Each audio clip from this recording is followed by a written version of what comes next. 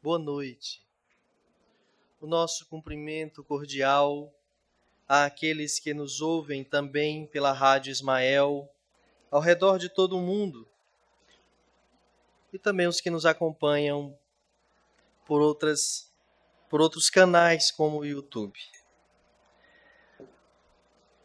Agradecidos pela oportunidade de retornar a essa tribuna, felizes com a presença de todos os irmãos encarnados e desencarnados que aqui estão, nós temos a honra, a alegria de poder dissertar aqui, dentro do diapasão de entendimento que Allan Kardec atribuiu aos ensinamentos do Evangelho, a parábola da figueira seca, ou a parábola da figueira que secou. Esse texto está presente no capítulo 19 do Evangelho segundo o Espiritismo, que tem por tema central a fé transporta montanhas. Kardec faz uma citação do Evangelho de São Marcos, no seu capítulo 11, versículos 12 a 14, e faz uma junção com os versículos 20 a 23 do mesmo capítulo. Do 14, ele salta para o 20, mas com uma razão. A citação, o trecho que ele retira do Evangelho diz assim: quando saíam de Betânia, ele teve fome. E vendo ao longe uma figueira, para ela encaminhou-se, a ver se acharia alguma coisa. Tendo-se, porém, aproximado, só achou folhas, visto não ser tempo de figos. Então, disse à figueira: que ninguém coma de ti fruto algum. Que ninguém coma de ti fruto algum. O que os seus discípulos ouviram. No dia seguinte, ao passarem pela figueira, viram que secara até a raiz. Pedro, lembrando-se do que dissera Jesus, disse: Mestre, olha como secou a figueira que tu amaldiçoaste. Jesus, tomando a palavra, lhe disse: tende fé em Deus. Digo-vos em verdade que aquele que disser a esta montanha, tira-te daí e lança-te ao mar, mas sem hesitar no seu coração, crente ao contrário, firmemente de que tudo o que houver dito acontecerá, verá que com efeito acontece.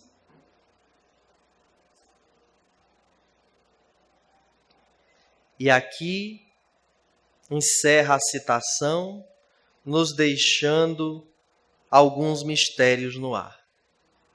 O primeiro, por que Kardec junta o versículo 14, 12, 13 e 14, com os versículos 20, 21, 22 e 23?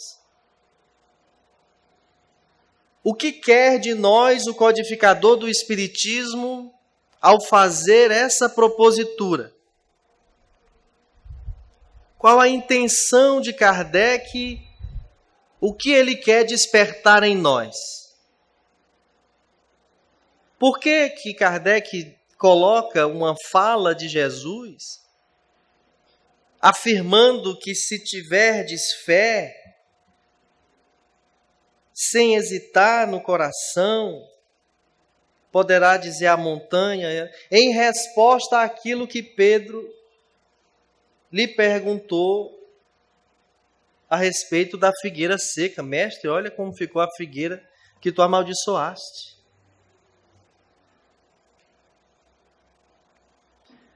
Os outros mistérios são a parábola em si. Por que Jesus amaldiçoa uma árvore que não estava dando frutos, porque não era tempo de dar frutos?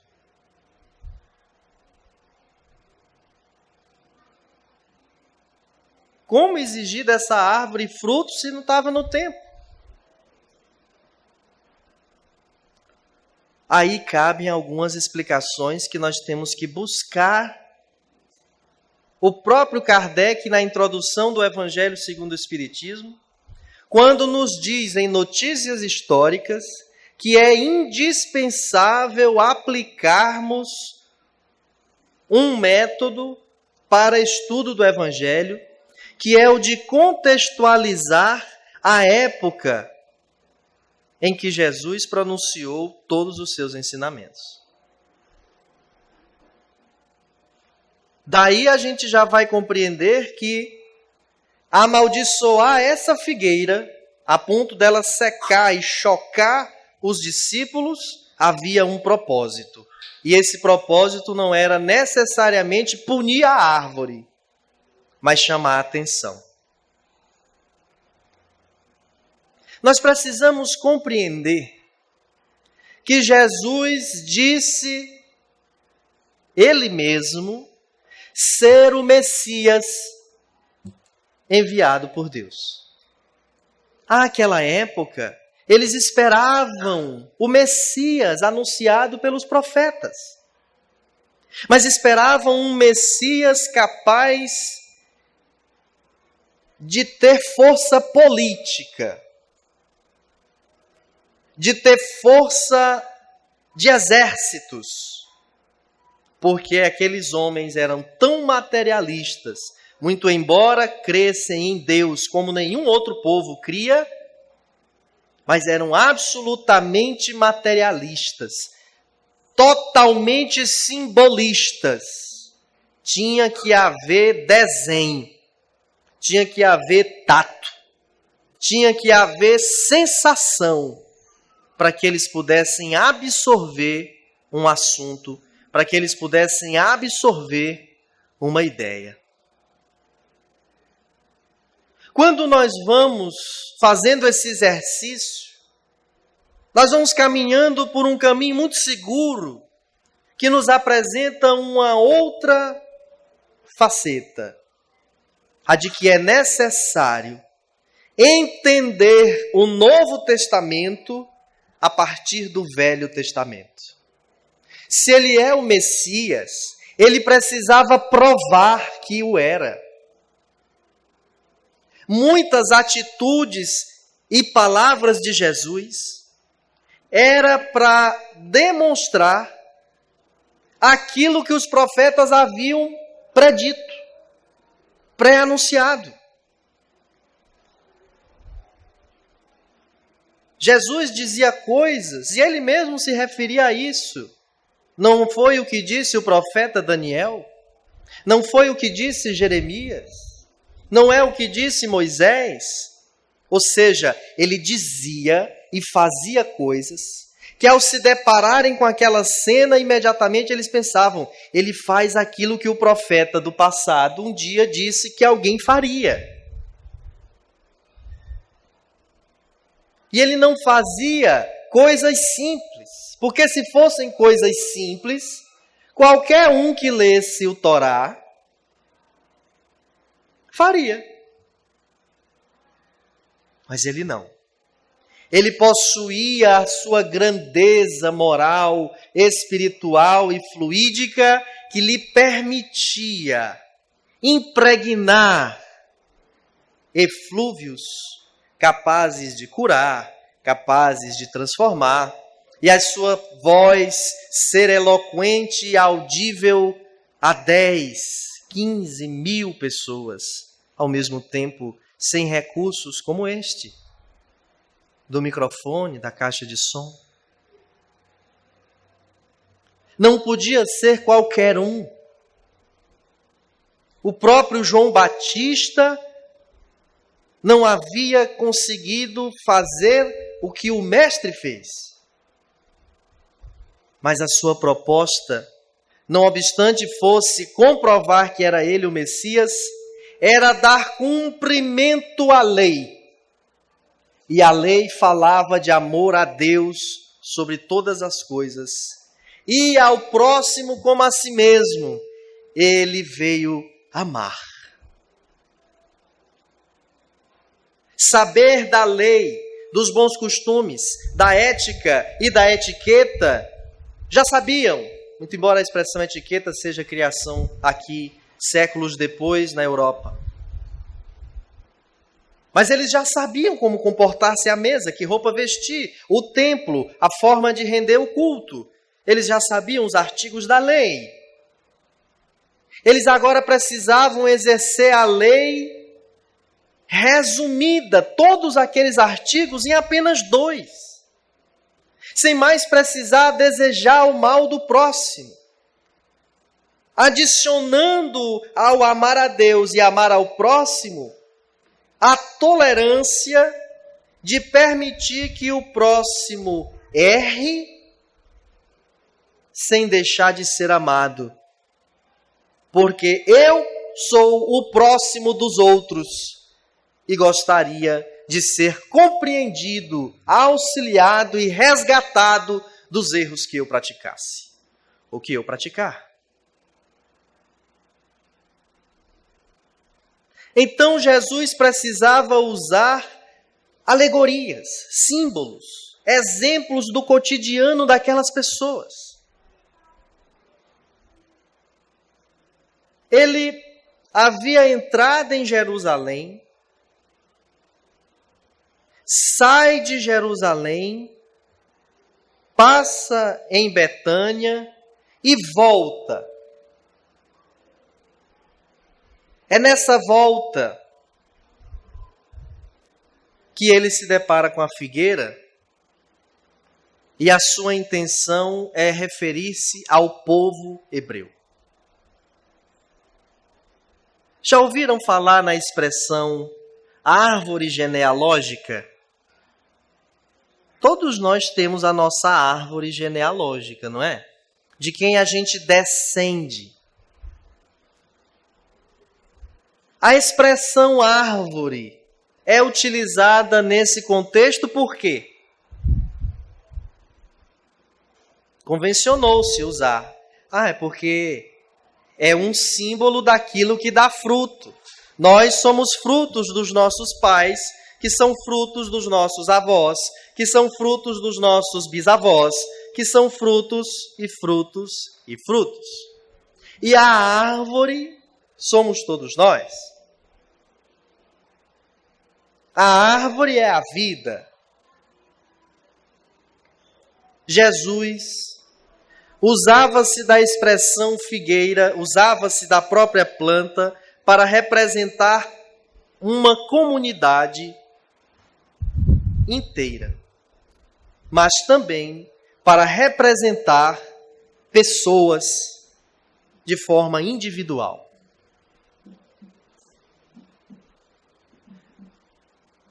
Nos livros do Velho Testamento de Oséias, de Miqueias, eles fazem referência à árvore. Eles fazem referência à figueira. Querendo representar a árvore, a figueira, as pessoas. E eles fazem menção a árvores que florescem antes do tempo, atemporãs. Já perceberam que quando chega o período, por exemplo, da manga, algumas mangueiras brotam bem antes? Às vezes, na redondeza da casa da gente, na própria casa da gente, a gente percebe que a nossa mangueira, a mangueira ali do vizinho, ela sempre floresce e dá frutos mais cedo. É um fenômeno natural, sempre aconteceu. E às vezes elas ficam até depois do tempo. normalmente tem ali uma vala que escorre água na direção dela, deixando-a alimentada e nutrida mais tempo do que outras. Então ela floresce primeiro. Jesus se depara com uma figueira no mês de abril, mais ou menos, quando se dá isso aqui. E ela está completamente preenchida de folhas. Não era tempo de figos, mas também não era tempo de folhas. E ela já estava cheia de folhas. E para representar aquelas pessoas que são cheias de títulos, cheias de conhecimento, mas os seus títulos e conhecimento não servem para ajudar ninguém, como era a sociedade de Jerusalém, onde doutores da lei, anciãos do povo, senadores que dominavam aquela região, reis, tinham tudo, mas não faziam nada, não beneficiavam o outro, ao contrário, o escravizavam. Jesus faz essa analogia para mostrar. Tem uma outra passagem que ele nos diz que toda árvore que meu pai não plantou será arrancada. Aí cabe uma pergunta muito interessante. Se nós aqui somos árvores, quem nos plantou? Os frutos que nós estamos dando ou que nós não estamos dando. Somos uma árvore de bela copa apenas com folhas? Ou somos árvores que dão frutos na época certa, mas que dão frutos? Porque a grande observação disso é assim. Todos nós temos etapas a percorrer.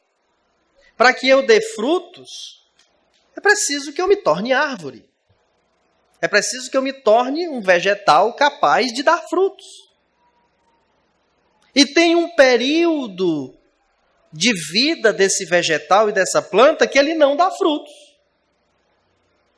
Período justamente em que ele está em formação, em desenvolvimento. Porém, do jeito que nós conhecemos árvores que se antecipam ao período de brotar, nós também conhecemos árvores que dão muito pouco fruto. Aquela mesma mangueira, aquele mesmo cajueiro, mas aquele cajueiro é suvina. Ele dá pouco caju. O caju que dá ainda é assim, como se aquela árvore estivesse adoecida. Quantos de nós não somos árvores adoecidas?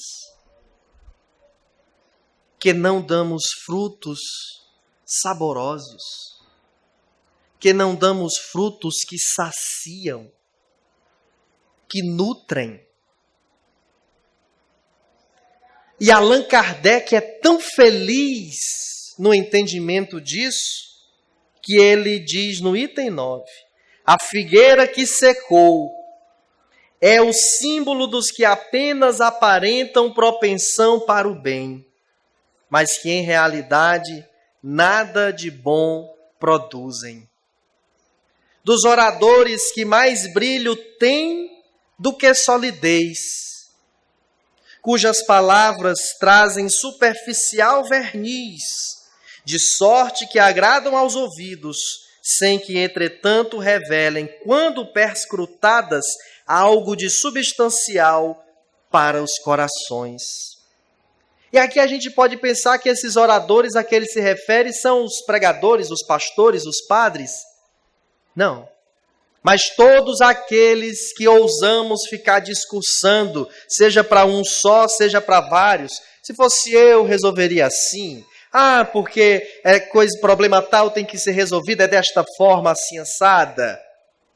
E às vezes quem está dizendo isso é justamente um corrupto. Quem está dizendo isso é justamente alguém que faz um crime pior que aquele. Uma pessoa saca de uma arma e mata alguém. Mata um outro alguém. Vários alguém se reúnem irados com aquilo e matam aquele alguém que matou o outro alguém. Aqueles que se reuniram para matar esse um são piores que aquele que matou só um. Primeiro porque usam-se da covardia. São muitos contra um só. Segundo, que exercem o máximo da crueldade. Porque não se saciam em apenas apanhar o indivíduo e esperar para entregá-lo às forças policiais e de segurança. A saciedade só vem se vê-lo chorar, sangrar e morrer. São juízes, jurados e executores. Aquilo que era um problema pessoal de alguém, uma dívida pessoal de alguém, torna-se a dívida coletiva de toda uma comunidade.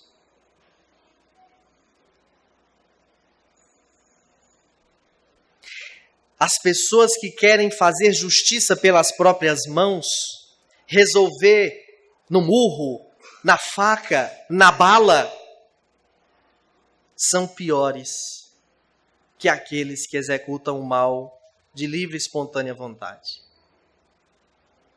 São mais maus que os maus. Eu estava de plantão na unidade centro da nossa casa e um prédio que foi demolido porque estava prestes a ruir. Então a prefeitura deu um jeito de derrubar logo aquelas paredes antes que causasse uma tragédia. Uma pessoa próxima desse terreno veio me procurar. Eu vou anotar aqui o número do meu telefone celular, porque agora a minha casa ficou um pouco vulnerável com a derrubada dessas paredes.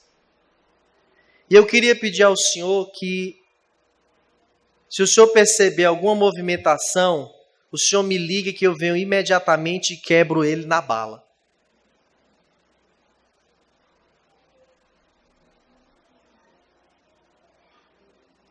Eu digo, tem uns favores que são difíceis da gente prestar. Porque pedir que eu chame, que eu ligue para ele ansioso. Senhor, venha cá que é agora. O cidadão está ali, tentando entrar na sua casa. E ele argumentou algo muito justo, muito sério, correto. Esperar pela polícia não resolve. Não adianta. E ele está certo. Polícia não resolve. Polícia, quando muito, prende. O que resolve é a transformação moral dos indivíduos. Mas para haver essa transformação moral é preciso deixarmos de ser hipócritas. De sermos os que dizem Senhor, Senhor, mas não entraremos no reino dos céus. Porque o dizemos apenas de boca para fora. Não reconhecemos o outro como um igual nosso. E Jesus fez de toda a sua vida o trabalho voltado para uma única instituição que ele criou, o próximo. Jesus diz Em outras palavras, que nada do que aprendermos, que nada do que formos será suficiente se não servir para dividir com o outro, se não servir para ajudar o outro, se não servir para promover também o outro. E por isso ele cria as profissões, para que mesmo nós percebendo um soldo ao final do mês, tenhamos feito algo de útil pela sociedade a qual estamos inseridos. Tenhamos feito algo de verdadeiramente bom. E ainda assim vemos profissionais deturparem o exercício da sua profissão, enganando, trabalhando pouco, não comparecendo, grevando.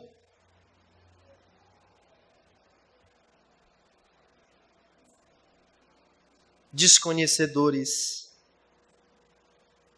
de que o mérito não está no que percebemos financeiramente.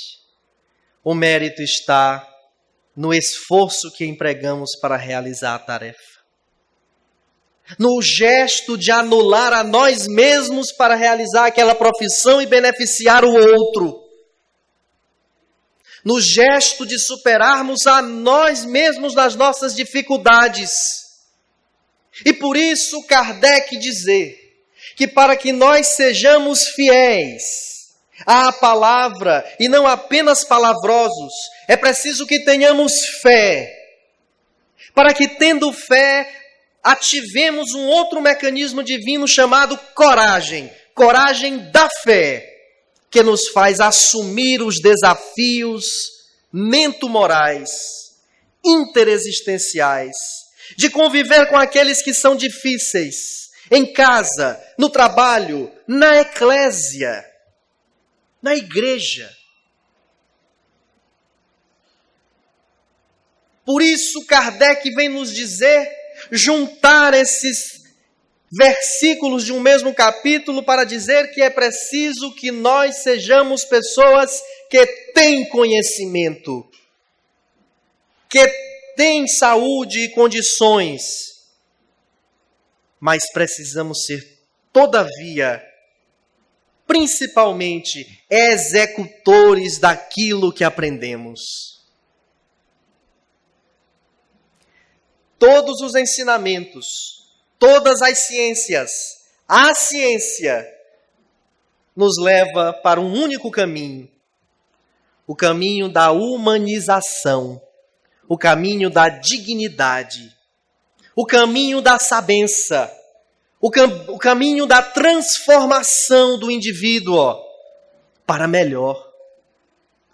Nossa sociedade hoje, em aspectos tecnológicos, é muito melhor que há séculos atrás. É melhor do que há décadas atrás. Avalie que há milênios atrás.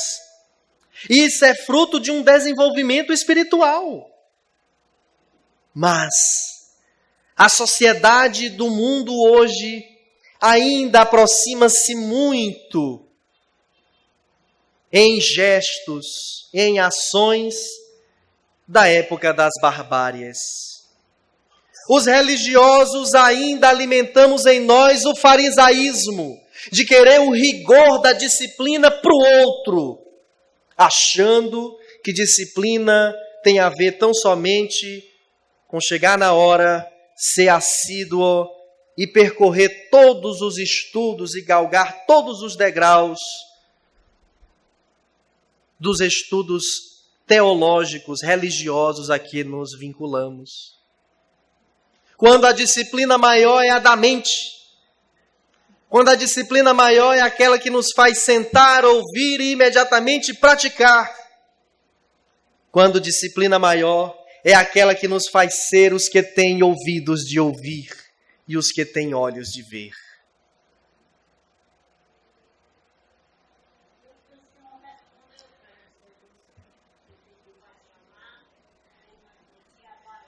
Eu não respondi porque exigiria muita conversa, eu não ia persuadir uma pessoa com idade de ser meu avô convencê-lo a sair dessa ideia que ele ia quebrar na bala era eu.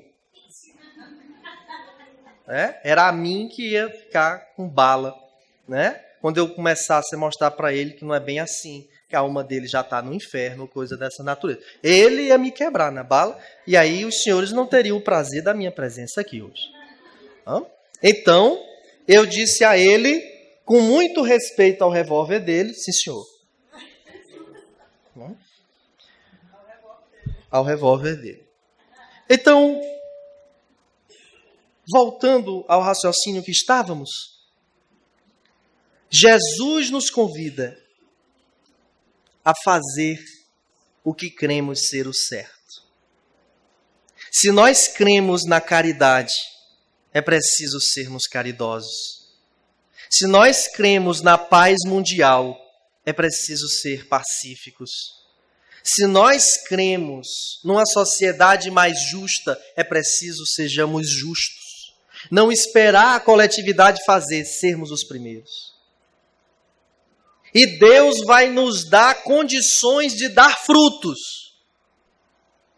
E se na hora que Ele precisar de nós não dermos esses frutos,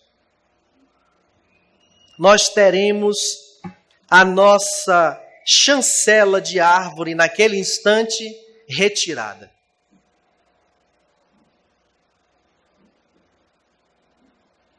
Vai guardar a essência daquela semente para depois tentar plantar de novo mais adiante. Ou vai plantar aquela árvore lá num outro solo, onde ela vai ter que se esforçar mais para buscar a seiva bruta lá no fundo. Ou seja, os benfeitores espirituais na casa espírita, por exemplo, nos convidam a uma tarefa. Samuel, gostaria que você implantasse atividade tal no centro. E eu recebo aquela missão e penso cá comigo, eita, não é uma coisa simples, nem uma coisa fácil. Por quê? Porque sou materialista e imediatista. Eu já quero que a tarefa comece com resultado. Eu já quero que a tarefa comece com muita gente. Eu já quero que a tarefa comece com muitos holofotes e aplausos. Eu não quero que a tarefa comece devagar, aos poucos, para ir prosperar daqui a algum tempo. Não, eu já quero resultado. Então, como eu sei que da noite para o dia não dá para ter resultado, o que é que eu digo para mim mesmo? Olha, isso aí não vai ser fácil, não. Me dê outra tarefa aí, porque essa eu não tenho condição de realizar. E não faço. Então, eles nos dão uma outra. Samuel, gostaria que você realizasse atividade X. E eu levo para o plano das ideias. E deixo lá, idealizando. Não executo. Passa um tempo e eu sou chamado novamente. Samuel, gostaria que você executasse essa tarefa X. E eu também não executo. Porque eu não tive tempo de pensar sobre ela. Porque em meio a outras coisas muito importantes que eu tinha para fazer, eu fui deixando de lado. Eu sou a figueira que só tem folha. E eu serei a figueira que secará. E o tempo, a saúde, a inteligência, a disponibilidade que eu tinha para fazer as tarefas que eu não fiz, não terei mais. Não por castigo, não por punição, mas porque se eu não sou capaz de construir uma frase, é preciso que eu volte às aulas para aprender a formar sílabas. E eu vou ter que ir lá para o começo dos estudos. E eu vou ter que me tornar uma pequena árvore de novo, que fica à mercê dos animais, das pragas, do vento, da chuva, que com muita sorte e perseverança é que vou crescer para de novo ter a oportunidade de frutificar. Os amigos estão entendendo? Não desistamos das propostas que nos chegam. Antes peçamos apoio. Antes reflitamos sobre, mas não deixemos de executar. Porque várias são as vezes que nós dizemos: Senhor, eu gostaria de ajudar na tua obra. Eu gostaria de ser um dos teus ministros, um dos teus apóstolos. Não enxergando, não entendendo que a família que temos, que as tarefas que nós podemos nos voluntariar sem esperar ser chamado, são as oportunidades que Deus nos dá todo dia de sermos mais pacientes, mais caridosos, mais amorosos, mais bons, melhores,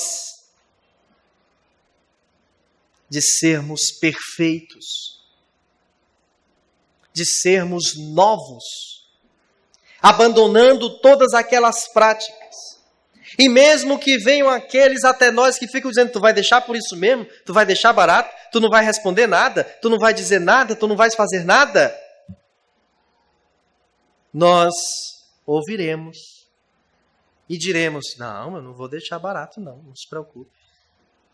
Mas não entraremos na pilha da pessoa. Vamos começar a dar ao outro que nos ofende aquilo que de fato ele merece. A outra face. O bem. O nosso gesto pode salvá-lo. O nosso gesto pode educá-lo, transformá-lo, fazê-lo envergonhar-se muito mais do que se nós disséssemos várias coisas ruins perante uma comunidade inteira. Eu narrava ontem num estudo de evangelho com um grupo de amigos que sábado eu tive uma lição aqui no Caridade e Fé que muito me chamou a atenção. Uma senhora precisou entrar para o atendimento médico espiritual e achou que não podia entrar com o seu filho, que era uma criança. Indivíduos contra os quais temos muitos preconceitos, porque nós queremos que eles sejam miniaturas de adultos, quando os próprios adultos não sabem se comportar por si só. E essa criança chorou, desesperada. Afinal de contas, o que vão fazer com minha mãe ali dentro? Entra por aquela porta. Todos os outros que ela viu entrar não saíram. Ela só vê o povo entrar. O que vão fazer com minha mãe? Estão abduzindo o povo ali dentro. Um espírito que essa criança ainda não tem 7 anos de idade, até os 7 está cheio de memórias do passado. Sabe lá que trauma tem a ele de uma vida transata em que foi abandonado? Então ele chorou desesperadamente. Ficou com uma amiga da mãe. A mãe, coitada, deitada em uma maca para um tratamento espiritual. Qual mãe consegue receber flúvios de amor com seu filho aos prantos lá fora? Então a amiga pegou a criança e saiu para acolá, mas Dr. Wagner abriu a porta, atravessou este auditório todo e foi localizar a criança lá na lanchonete e perguntou: o que você tem? Abaixado, olhando nos olhos da criança, para se colocar na mesma posição. O que você tem? E a amiga disse apressadamente: não é porque a mãe dele entrou, ele não pode entrar. Você quer ir para onde está a sua mãe? Quero, pois vamos. E trouxe a criança e colocou na cadeira ao lado da mãe. Humildade. Simplicidade. Preocupar-se com o outro, mesmo que seja uma criança. Cuidar do outro, mesmo que seja uma criança. E cuidar dos demais que ficariam aflitos com aquele choro. E cuidar do equilíbrio da sala, onde as pessoas se perturbariam com tanto choro e tanto grito. E acalmar a própria mãe, que estava aflita. Nós precisamos ser mais do que dizer. Nós precisamos fazer mais do que apontar. Nós precisamos testemunhar. Mas para isso é preciso fé. E a fé nada mais é do que um acúmulo de conhecimentos que nos garantem a certeza que mesmo diante da tempestade, aquilo vai passar. A recomendação de Jesus foi para que erguêssemos nossas casas sobre a rocha, porque quando viesse a tempestade, ela não ruiria. Ele não disse que não viriam mais tempestades aos que se tornassem cristãos, aos que se tornassem espíritas. Uma vez que não se torna perfeito porque se tornou um religioso, torna-se um aprendiz. E como aprendiz, deve ser aquele que estuda e pratica. Estuda e pratica.